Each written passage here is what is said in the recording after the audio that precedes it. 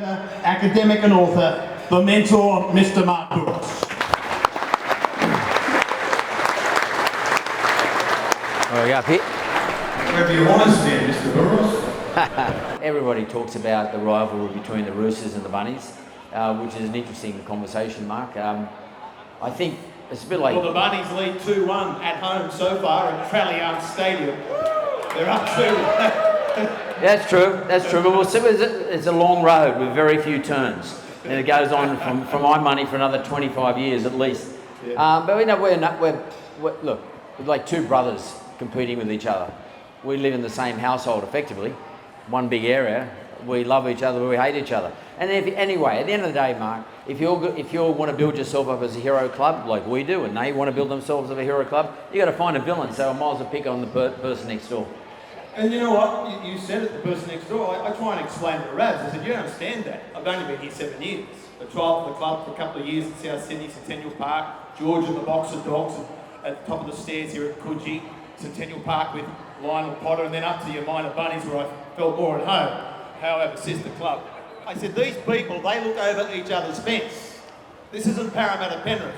These people look over each other's fence. But then you said something interesting. You said, you know what though?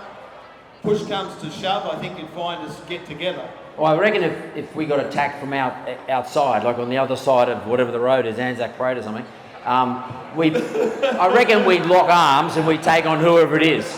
There's not much chance of anyone getting past the barrier. Luke Ricketson said to me that anything west of Anzac Parade is the western suburbs. I've heard Rico say that too. I take offence because I live near Peters of Kensington, so I'm still in the western suburbs and I love it. So I'm a bunny. In fact, a baby rabbit is a kitten. Yeah. Well, but then again, when we play each other, it is war. So, because both of us want to beat each other, and like my brother and I are extraordinarily, competitive with each other. But at the end of the day, we always back each other. But like, still today, 1-on-1, like I won't let him get over the top of me, and he won't let me get over the top of him. So I reckon it's a bit of that. Love, hate. Let's call it that anyway. Anyway, we're not in the game anymore. The season's over for the Roosters. Yeah, so but it's not over for the Bunnies. That's right. On that. So the Bunnies lose a heap of punch with Tom Burgess. I think they're going to miss a Billy big time on the edges. I believe, I'm told by Shannon Donato that Johnson ran at the captain's run this morning. Then I'm hearing reports on radio that he's out. And Jaio carries an injury. Is there any way that the Bunnies, the eternal underdogs, can upset the high-flying premiers for Penrith? Well, it's going to be really interesting. So the thing I want to know is this. Does all this time off for Penrith actually help Penrith on the weekend? Or are the Bunnies more battle-hardened and therefore take it to them? And I just want to see how the two respond. The thing is about Penrith, they're a young side. They've all been playing together for a hell of a long time. They can get on a roll. Anything can happen with those guys. But the Bunnies are battle-hardened, and let's see how it goes. I'm pretty sure Paul Kent and Albie will talk about this in much more detail. Rugby League, our biggest issues.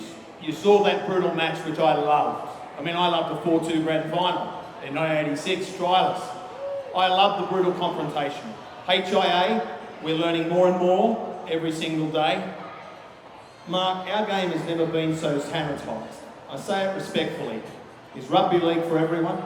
No, it's not. And I watched that show on Channel 7 last weekend with Mario and Jeff Fennick.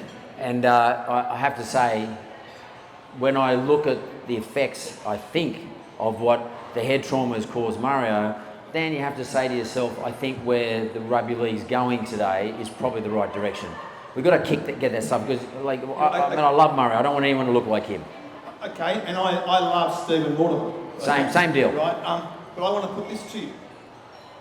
Nick Fanning literally surfs with great white sharks. Shoemaker goes over 300 kilometres in Formula One. These jockeys, that's what Neil Payne here with Adrian, these jockeys on board half a tonne of animal travelling at 70 kilograms. The game can play its duty of care and due diligence, but only so far, because if we take the collision out of rugby league, do we lose the product? Yeah, I don't want to turn it into rugby union where you can't hit above whatever it is, some place here.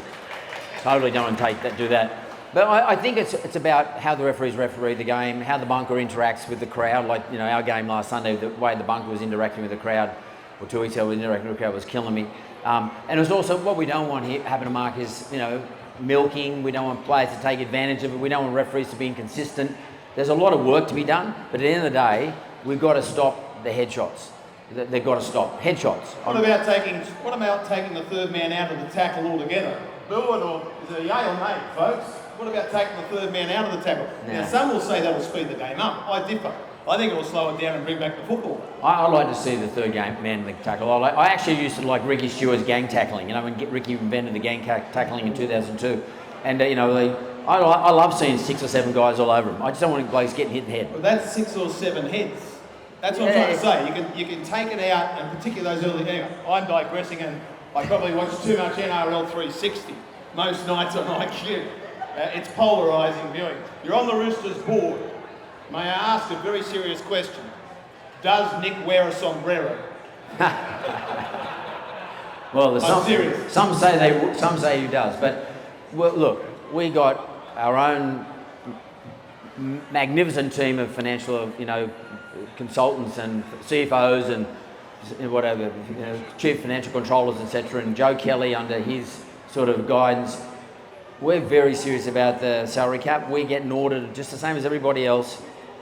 So we tend to be able to make our way through the salary caps, but I can tell you at every single board meeting, there's that decision-making process about who we can afford to keep, who we can't afford to keep, who's going to be renewed, what can we do? And so there's a whole salary cap process for us is a major issue within our organisation, and we're terrified about making a mistake. So, and as board members, none of us wants to be accused of doing something wrong. So the answer is we take it seriously. I know the sombrero story, I love all that shit, that's fun, but I could also pick on a few other clubs and other players, and you wonder yourself how they keep them. Got you covered. No. They got you covered, it's okay. So Alihi, I think, was asked, what about if the union offer him 10 million? And Mr. Politis said, why would he take a pay cut? Unbelievable. Star in every word, and moving on. That Roosters board, take us inside the board with the likes of Nick, yourself, Luke Ricketson, and Mr. Kelly, and Joe. Take us inside the boardroom. What's it like? Well, Nick's the boss. That's it, and he runs a pretty solid board meeting. And the board meetings go for many, many hours. We both do the leagues club and the football club at the same time. There's a lot of compliance stuff you have to do. But Joe, as our chief guy, as our CEO, Joe pretty much runs the meeting, but Nick tends to interject a lot. So have you ever had a stink? Bouris versus Polite? No, won't do it. I'm his supporter. Okay. So Nick, like a very good chairman, makes sure his board supports him. That's the role of a chairman. Make sure you've got a board that is there to support you. And I'm there to support Nick Politis. So that's the way it works. And I'll never comment on the Roosters, on radio or any of that sort of stuff. We leave all that for the boss. So Nick Politis does that. Every word that gets uttered about our club is uttered by Nick Politis. Very straight back. No, totally. I got Joe over here watching me. He's going to take you straight back to Nick. Staying with you. You love your footy. You talk about the Roosters board. Tell me about the biggest influences on you, the businessman, Mark Bouris. Well, as a business person, the biggest influence on me is probably Kerry Packer. So Kerry, and Kerry was my business partner for 6 years. We had equal ownership in the Wizard business, so he owned half, I owned half. Yeah, he was definitely my biggest influence as a person in business, of course. I got other people in a personal sense who have been influences on me, but Kerry was by far the biggest influence, particularly at that stage. I was only 40. So at 40 years of age, you can be easily influenced, and I was starstruck by the dude. Being in, talk about a meeting with Mr. Packer. My father spent how many years at Channel 9, and he spent all of those years sidestepping Kerry because he was so petrified of Kerry Packer. He asked David Gingell, he said, why won't Warren talk to me? And Gingell said, he's scared of you, Mr. Packer. Well, but Mark, I was never scared of Kerry. I was intimidated by him in the beginning, right at the very beginning, before he gave me any money. Once I had the money, I was no longer intimidated. It's amazing what a big check does. But after that, what I worked out is Kerry worked out if you were intimidated, and if you were intimidated, you're in the shit, because he's basically going to tear you apart. Yeah. Kerry is your typical top dog. He's the top dog. If there's going to be any pissing on someone's leg, it's going to be him on you. unless you're prepared to stand up to him. And I don't mean in a physical way or a brash way or even a disrespectful way. I just mean in a way that he felt as though that you were comfortable with who you were. So I was always very comfortable with who I was. And Kerry used to love talking to me about the western suburbs, because I grew up in the west suburbs. He used to like talking... Lakemba? And Dad was a bootmaker? Yeah, no, Dad was... No, we worked in a factory. Okay. That was a process worker in the factory. Okay. And the factory was right behind our house. Okay. So Kerry, he loved all that stuff. He loved those stories, you know, and he loved... You know, I played footy in the Canterbury Bankstown district in those days, and, you know, my hero was Kevin Ryan. And I got to know him because my mum's an Irish Catholic, and Kevin Ryan was a Candos, and he was a mad, devout Catholic, and he used to go to our church. And I'd get to meet him, you know, because he was a very sort of nice person, like a good person, off the field, that is. And Kerry used to always, he was fascinated me to talk about when I was able to speak about Kevin Ryan. And Kerry was always interested in what I knew or what you might know about somebody else that he admired. He's a great questioner, always asking questions. You told me about being in a meeting with him, and he's got the feet on the table. Oh, yeah. You're sitting looking up at him. Yeah, well, my close to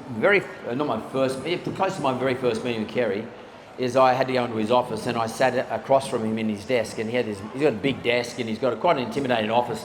Animals getting killed, and you know, like and photographs and paintings. You know, animals literally getting their heads torn off, and you're sitting there looking at him, and he's a giant, and he's got the big desk, the big chair, and I've got the little chair, and I'm sort of begging for crumbs at that stage.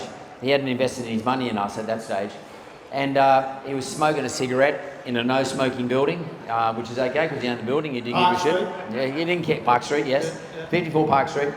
And he said to me, his son, how was the due diligence process in terms of getting to this point? In other words, getting through all the due diligence took a long time. I said, mate, I got deal fatigue. Because these are things I thought he might want to hear. I was stuffed, I was tired, I pulled my pants down basically, I reduced my price. I said all the things I thought he wanted me to say, and give him a win, just so I could get the deal over the line. Wow. And I thought I did everything. I said everything right. And then he said to me, okay, that's interesting. So the due diligence process Warrior did. And I said, yeah. He said, good, I'm about to start mine. And I've got 3 questions for you. And he asked me a question. The very first question he said to me, and when you're with Kerry, you don't sit down 3 questions, it takes 30 minutes. 3 questions, it takes 5 hours. So the very first question he said to me, he said, son, what business are you in? And I thought to myself, well, mate, this is something weird going on here. Our company's called Wizard Home Loans, so it's pretty obvious I'm in the home loan business. And that just thought went through my head. I didn't say that because it would have sounded like a smart ass. He said, don't say fucking home loans.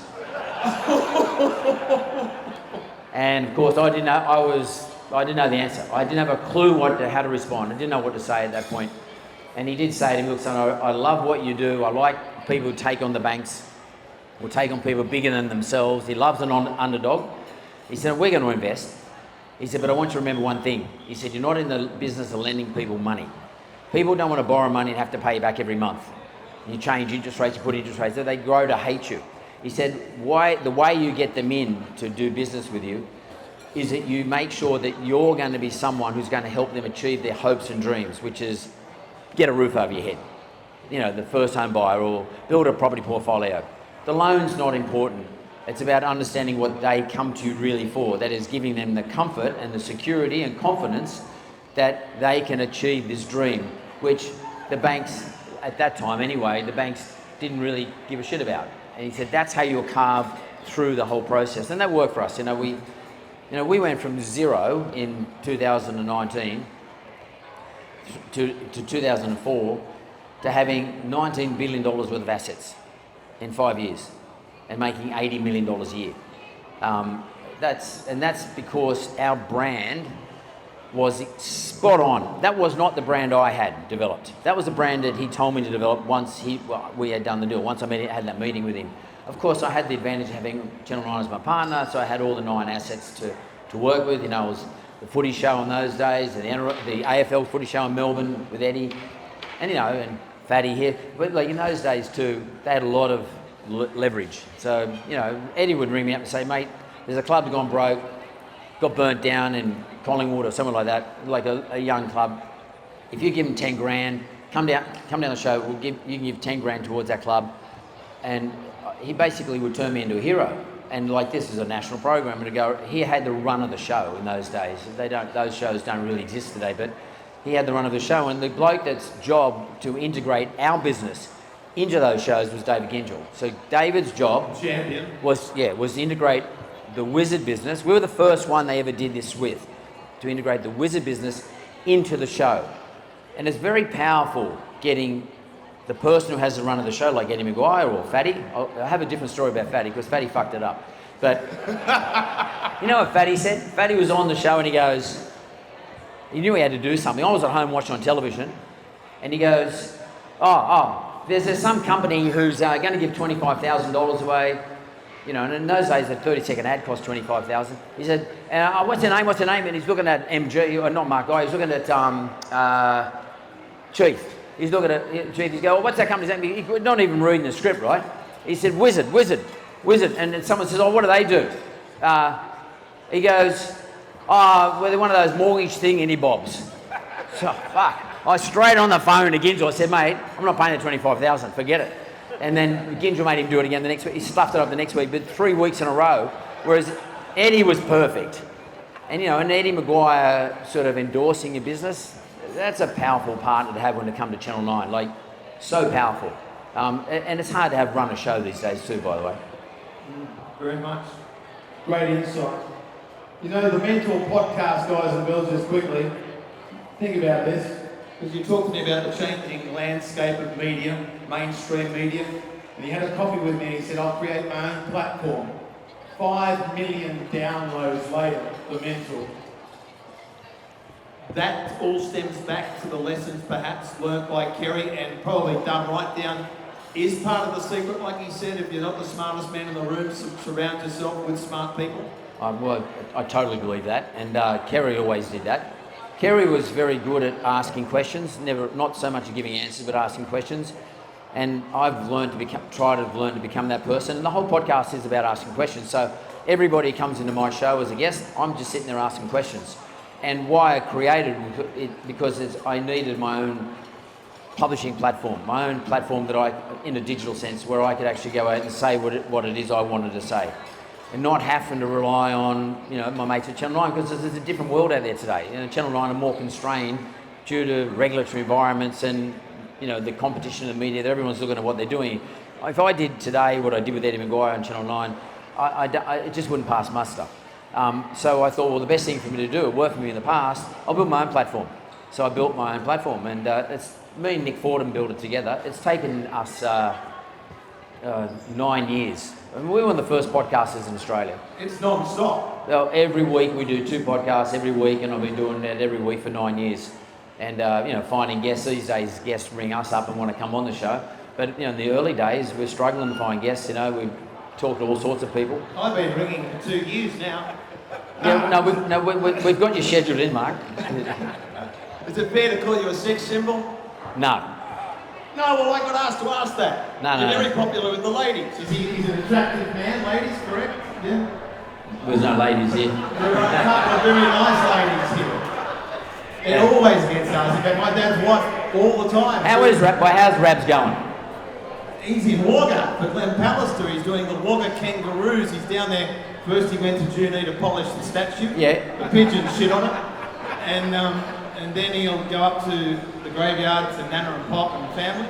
And he's making his way across to the Wagga Kangaroos, where he's going to speak, which he hates doing these days. In fact, the last time I think he spoke publicly was here with Richard, and Richard Callender said to him, I've got it on video, Richard said to him, "Shay Rabs, how old are you?" And Dad said, "Richard, I'm 78 this year." And he said, "You look every fucking year of it."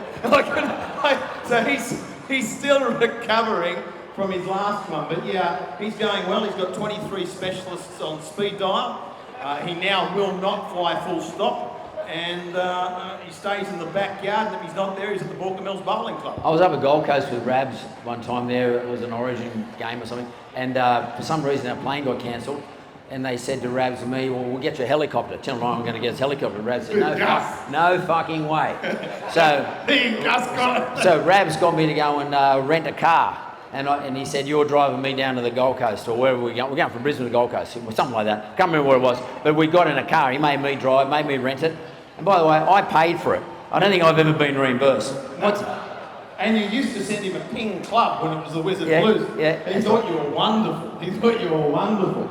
I might do that later. There's a little Polynesian. The real reason he gave up the commentary was... how do you go with some of those names? I can tell you, but it's not exactly PC. It'll take about 90 seconds. Go for it. Some have seen it. But you're pretty good on them. I firstly got permission of Mossy Massoy first, Yeah. at the Men of League luncheon. And he said, go for it. And they are our brilliant athletes. And I say it with full respect, but it may not come out that way. But the combined Polynesian All-Stars on the attack, 30 metres out from their own line. And Mossy Massoy takes the first hitter and punches into the line. Jerry CUCU takes the next, and he had I see you too, Jerry working off his hips. So CUCU taken to ground by Carmichael Hunt, Ben Hunt, Royce Hunt, and Mike was there as well. Third tackle, 10 short of halfway. Foul Mawina, thank goodness for that. Inside ball for Sal Mawina. Short pass for Seven Asita. The big man stands, offload for Anu. Now through Christian Inu. Inside for Edo, back in the hands of Anu. He had Rapati on his inside, Rapira on his outside. Mateo was there in company with Matalino. 4 gone, 40 to travel. Fui Moi charges at the line. He unloads for Velavai. Now Utai, Uate, Hopawate. Back for Lulalai. He gets the ball away. Tell your mama, tell your papa, tell the whole fucking family. Now Ben Smith, Darren Smith, Jason Smith, Ted Smith, Jeremy Smith. They're all there for good measure. And that's a gang tackle, a real family affair. 5 gone. He's silly. They're all silly. Why silly cuts loose? Bonamata Ratu, Sakanavita, Joey Dakio Tutai, Lee Nalagalagi, Magic Ball Radafera, and after all of this, Margo, it's a tough one, a tongue twister. Stacey Jones scores the try. Something you prepared earlier. Well done. Tough, Moving on. You love boxing. I do. Where did that passion start? My dad was a fighter. My dad was a professional. Yeah, my dad, when he came to Australia to earn money, was one of the things he did. He was a professional spar partner at Ernie McQuillan's gym, and this is going back a long time, obviously. Look, where I grew up, everybody learned to box. I mean, there's a lawyer called Chris Murphy, a criminal lawyer in Australia. He used to go to the boxing and take photos. And his dad was the sergeant at Belmore, where I grew up, and his old man called me out one night with a mob of blokes, and basically said, if you don't go to the PCYC and start training in boxing, I'm going to go and tell your father. And I was terrified that he'd go and tell my dad, so I started training back in, I was 16, just turned 16 when I started training. I watch you now on the pads. You're incredible. I'm not pissing in your pocket. I just can't believe you love your training, but I think you said to me, Mark, you don't have a choice. I'm a bit the same. Yeah, I have intellectual or mentally, or I don't know. Clears the head. I have to do it, otherwise I get a bit edgy and I get a bit upset and I can get angry. Anxious, I can't concentrate. Yeah, it's sort of chronic if I leave If it you'd like go to too lay long. on the lounge, we can talk about this. No, I've got... Not if you're doing it. No, I got my own therapist. Angus, hello and good afternoon. But it's also good for you. It's a good thing. It's the best thing. Yeah. Rocky, you're very much part of Team Fennec. And Rocky Jarvis on October 15th. 15th, which is a day that this club remembers very, very well. 15th up against Liam Parrow. They both signed with Eddie Hearns, superstar promoter in boxing. And Eddie says, guess what? Boys, you're fighting. Liam Parrow from Queensland. Brocky Jarvis sporting 21-0. Parrow 22-0. You must not miss this fight. You must buy this fight, guys. It's going to be a blockbuster. Brocky goes up 5 weight divisions. He started at Bantam. He now goes to junior welter. I think he's going to be a monster at junior welter. Is that the feeling you get? Yeah, well, he's walking around about 70. He walks around about 72, 73 kilos. And, by the way, Brock Jarvis is Pat Jarvis's nephew, so he's a big kid for that weight division. I think he's on song now about 68, 67 kilos, so he's sort of making his weight. He's got to weigh in a couple of weeks' time, obviously. Yeah. Brock's a big kid, big, strong, quite tall. He's my height for that weight division. But it is up a big. There's a lot of weight divisions for him to go up. I mean, he was under 23 world youth champion, WBC world youth champion. Parrow? No, Brock at featherweight. But the difference between a puncher at featherweight and a puncher at junior welterweight or even lightweight is a big difference. Like, you know, the power of someone like George Kambosos relative to, say, someone in the featherweight division is huge. Massive. Go up one more division. So it's a big deal for Brock. So the things that Brock's going to be up against is Liam Parrow is very fit, extraordinarily fit. And Brock will be fit, but he wouldn't be as fit as Liam is at the moment. Liam is very quick. He's very fast. So I don't know if Brock's used to that speed, but Liam is used to taking punches from bigger blokes. So Brock normally wings them. So he normally is a big body puncher, but he normally puts them out in the featherweight division. He normally puts them out through the body. Whereas you're hitting a bloke who's 5 weight divisions heavier than you. It's not going to be as easy. So it's going to be a really good fight. Brock hasn't fought for a hell of a long time. But one of the things that's important about this, Mark, is that, and Eddie Hearns would have said this to the boys, whoever loses this is no longer part of Matchroom. Wow. Because they're both the same weight division, they're both from Australia, yeah. They're both ranked, but if Brock beats this kid, Brock will be the number 1 contender in the world. It's the world, and it's a massive fight October 15. There's been some circuses in recent times. Make sure you see the fight if you guys can. October 15, Brock Jarvis. He's 21-0, and he's searching to go 22-0. Someone's always got to go. And I reckon the great headline is, if you were a rider, would be the Godfathers. Angelo Di Carlo, Liam Parrow, Jeffrey Fenech, Brock Jarvis. Totally. Godfathers to each other's children, and now opposite corners. It is the making of a super fight. I'm pretty sure we're going to hear a lot What's more. interesting, Mark, is they're both using the same fight dietitian, and this is the fight dietitian. He's a well-known professional fight dietitian, and he's the fight dietitian who looks after people like Alex Volkanovski, you know, the UFC world featherweight champion. He also looks after Adesanya, the middleweight fighter from New Zealand. So this guy is looking after both their weights, so they're both going to have to cut a lot of weight to make weight. So I don't know whether that means one of them is going to be more tired as a result of the weight loss program, because it can wear you out. And this is a 12-rounder, so you know it's going to be a war of attrition, I think. Told you like boxing. It's hard to be like boxing. There you go, you got that. Wrapping up. Now I know there's no real short answer, but you'll probably do it. Small owners, they're facing adversity. As much as you talk about positives, which I read on social media every day, what do small business owners, medium business owners, what do they do right now in these tough times? Well, look, I'll say one thing for sure. We will have at least 2 more interest rate rises before the end of this calendar year. And let me just quickly explain why, like just the logic, okay? The bottom line is the Reserve Bank needs to have what they call net zero interest. Net zero interest means if you pick their official rate of interest and you take away the rate of inflation, it should be 0. Can you start that again? So if you look at the official rate of interest, the cash rate of interest, and you take away from that whatever the inflation rate is, it should be 0 in normal times, okay? Right. So if the official rate of interest is 3%, and you take, and then let's say inflation is 3%, then it's net 0, okay? Yes. Right now, in order to get to that level, inflation is going to be around 6%. So in order to get net 0, we need to have interest rates, the official rate, at around 6%. So they're not going to go that hard because this is not normal times. They've got to head towards that number, and they're a long way off to get down to that number. So I have this feeling that we're going to see quite aggressive interest rate rises over the rest of this calendar year. I think they'll take a break in January. They don't meet in January. They'll come back in February for the first meeting. They'll look at what's going on in the February meeting as to the net effect on the Australian economy. And if it's anything like what's going on in the US, the interest rate rises have not changed anything. So, and the big thing that's driving inflation in the United States is rents and construction costs.